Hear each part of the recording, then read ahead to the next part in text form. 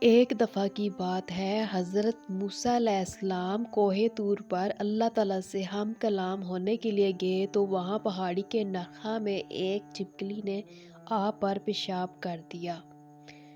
حضرت موسیٰ علیہ السلام کو بہت غصہ آیا۔ انہوں نے اللہ تعالیٰ سے شکایت کی کہ آپ نے چھپکلی کو کیوں پیدا کیا؟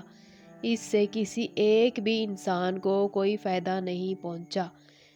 اس کے جواب میں اللہ تعالیٰ نے ارشاد فرمایا، یہی سوال کچھ دن پہلے مجھ سے چھپکلی نے کیا تھا۔